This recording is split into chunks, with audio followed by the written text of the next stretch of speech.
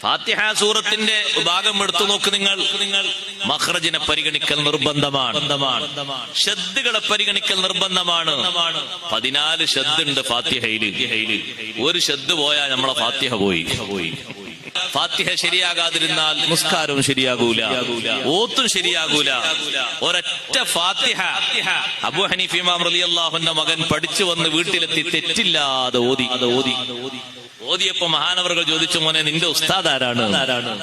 ഇൽമു പഠിപ്പിക്കുന്ന ആൾക്കാർക്ക് വലിയ ബഹുമാനം കൊടുക്കണം. ഉസ്താദിനെ കൂട്ടിക്കൊണ്ടുവരാൻ പറഞ്ഞു. ഉസ്താദ് വന്നപ്പോൾ ഫാത്തിഹ പഠിപ്പിച്ച ഉസ്താദിന് മഹാനവറുകൾ 1000 ദിർഹം നൽകി.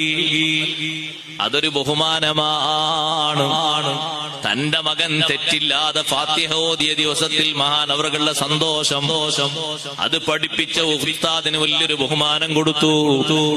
എന്താണ് ആ ഉസ്താദ് പഠിപ്പിച്ചത്? ഏറ്റവും വലിയ പഠനമാകുന്ന ഖിറാഅത്ത്, അല്ലാഹുവിന്റെ ഖുർആൻ, അതിലേറ്റവും വലിയ സൂറത്താകുന്ന സൂറത്തുൽ ഫാത്തിഹ.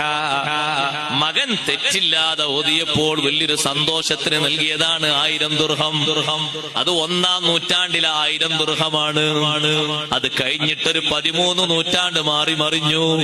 അതിന്റെ മൂല്യം നമ്മളൊന്ന് കണക്ക് കൂട്ടണം.